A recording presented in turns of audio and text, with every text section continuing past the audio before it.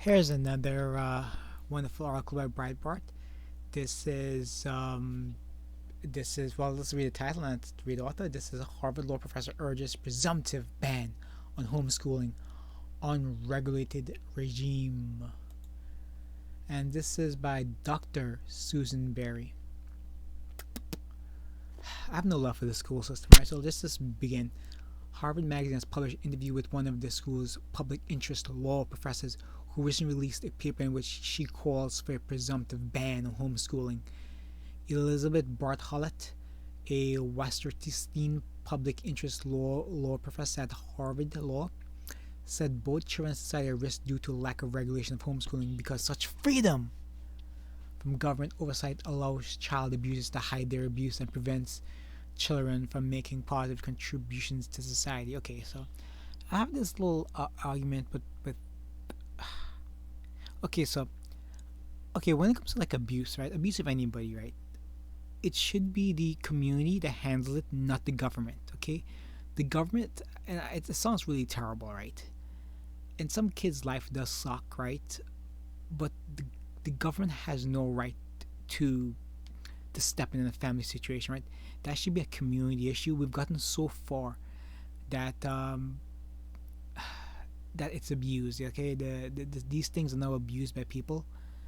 Domestic violence is kind of like now it's literally abused by the government, abused by many of the no, not the abusers. It's abused by the fake victims. It's up to parents to discipline their child. Okay, can some things go really terrible? Absolutely, but when the government steps up, they basically they don't allow the community to step in. Okay, the community should regulate themselves. I hate to compare it to like baseball, but it's like baseball they regulate themselves. The players, you showboat, you get beamed. Maybe a silly analogy, but that's my belief in my just seeing everything that's taking place, seeing how abuse claims are basically being used as a weapon, and we have to get back to where community takes care of the community members. Okay, sounds terrible, but I thought about it a lot, and to me, it just makes the most sense because it eliminates the government from your lives even further. So, in her paper, Bartlett bemoans the freedom associated with homeschooling and the fact that parents now can now keep their children at home in the name of homeschooling, free from any scrutiny as to whether or how they are educating their children. Look, it's your child, right? Your parents should do whatever they. I want to see less kids in the school system, right? And more kids homeschooled, because there's too much. There's too much feminism. There's too much social justice, right? She explains the reason why so many parents choose homeschooling their children is they want to isolate their children from ideas. No, that's why you bring your children to school, to isolate from ideas and values central to our democracy, determined to keep children from exposure to views that might enable autonomous choice about their future lives. Here's a quote. Let's read this quote. It's a doozy. So regarding parents who choose homeschooling, right? Many promote racial segregation and female subservience. You see where this is going, right? Many question science abusive parents can keep their children home free from risks that teachers will report them to child protective services. Some homeschool precisely for this reason. The article calls for a radical transformation in the homeschooling regime and a related rethinking of child's rights. It's recommended a presumptive ban on homeschooling with the burden on parents to demonstrate justification for permission to homeschool. That's ridiculous. You don't have to explain this stuff to the government. That's wrong. I think some states already make you do it, by the way. You know, I mean, it's garbage. Sorry, the school system is garbage. And I hate to say it, like, some people are better off served not going to school, believe it or not, okay? Some of these kids at an early age, you know who can and who can't, okay? Nobody wants to admit it because there's it's something wrong with telling the truth. Sometimes the best thing to do is actually apprenticeship. That's why I truly believe. The students who can't, and again, you see this at an early age. You see who's lacking, and like people don't want to believe it, and science backs it up, right? You know, at least personality wise, was it 4 or something? By the age of 3 or 4, it basically personality sets in. That's who you are going to be the rest of your life. It ties into IQ. You pretty much know at an early age who's going to be what. And it's. I think school. Okay, so homeschooling is wonderful. The fact that it keeps the family together. The parent should teach a child whatever it wants to. That's the truth. The parent is the child of the parents, not the child of the government. So this is, to me, this is a terrible article. Not written. It's just this woman is horrible, and these are the people that they hire. Anyway, we have essentially unregulated regime in the area of homeschooling. Bartlett asserts, but if you look at the legal regime governing homeschooling, there are very few requirements that parents do anything. That means the fact that people can homeschool who've never gone to school themselves, who don't read. So she's basically calling her parents dumb and stupid because they're uneducated. That's all this is. Bartlett continues that homeschooling allows abusive parents to isolate. Again, everything points to the abuse, and everything is about feminism, right? That's all this is. Okay. She argues that the benefit of sending children to school at age 4 and 5 is that teachers are mandated reporters. 4 or 5. That's what, preschool and kindergarten, required to alert authorities of evidence of child abuse or neglect. Teachers and other school personnel constitute the largest percentage of people who report the CPS. She explains, whereas not one of the 50 states requires that homeschooling parents be checked for prior reports of child abuse.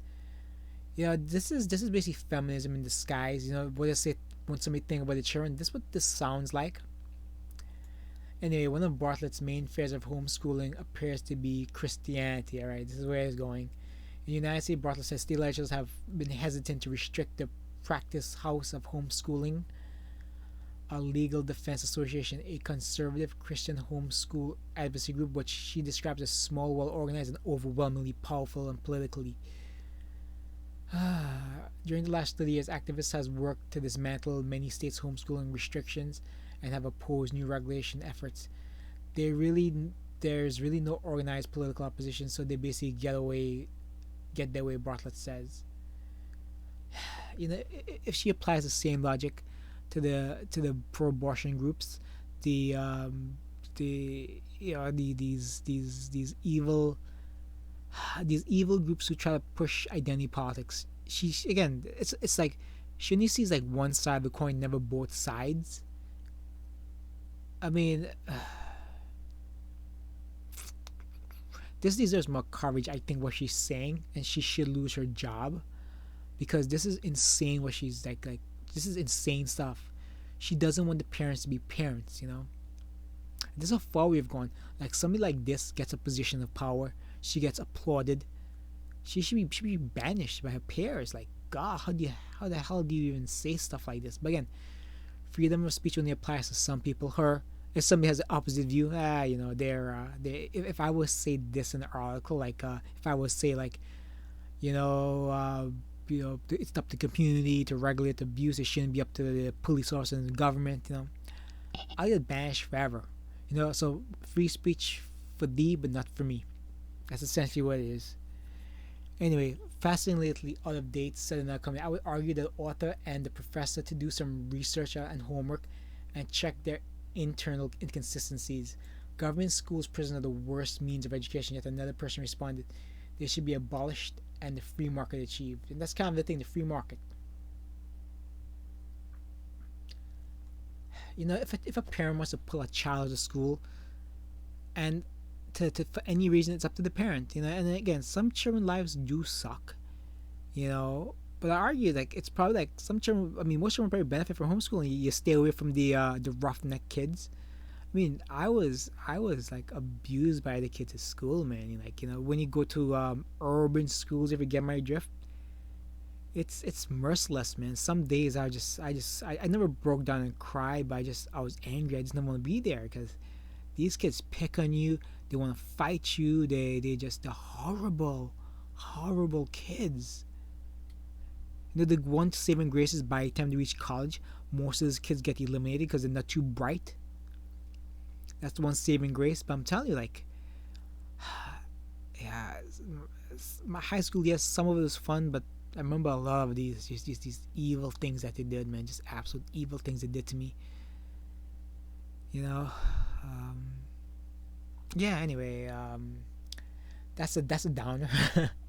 Let's just finish this off. She explained, I agree with Butler when she says the article. I think it's always dangerous to put power people in charge of the powerless and to give powerful ones total authority. She's concerned with families having this power, while I worry about giving the government power. Yeah, I want the families to have 100% power and get rid of the government for people's lives. Okay, the government should not pay for kids. The government should not pay for single motherhood. They should not, because when you pay for these things, you're promoting it. Okay, the government shouldn't take my money to do these things. So, like the U.S. population as a whole, about two-thirds of today's homeschool students identify as Christian, McDonald observed, but she noted as well as parents discovered the benefits of homeschooling, the population of these students is growing more diverse. She also pointed out that recent homeschooling data from the U.S. Education Department, the primary motivator for parents to homeschool their children, is concerned about school environments such as safety, drugs.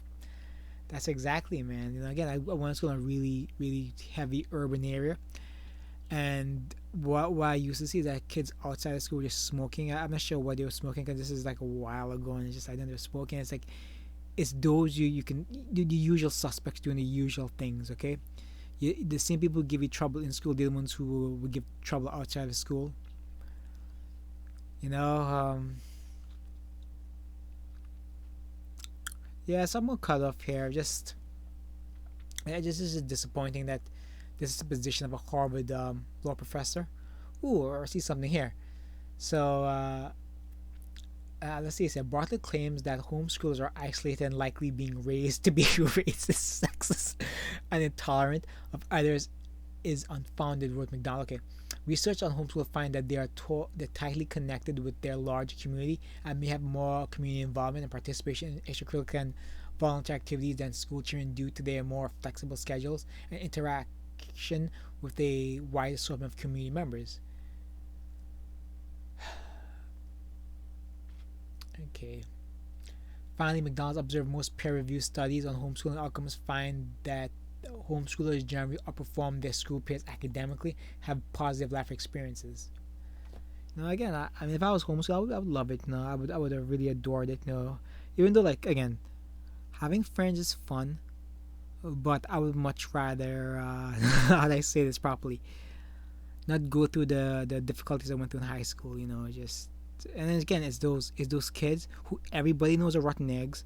Everybody knows they're horrible people, but you can't point it out, you can't say it, you can't kick them out of school because that would be racist.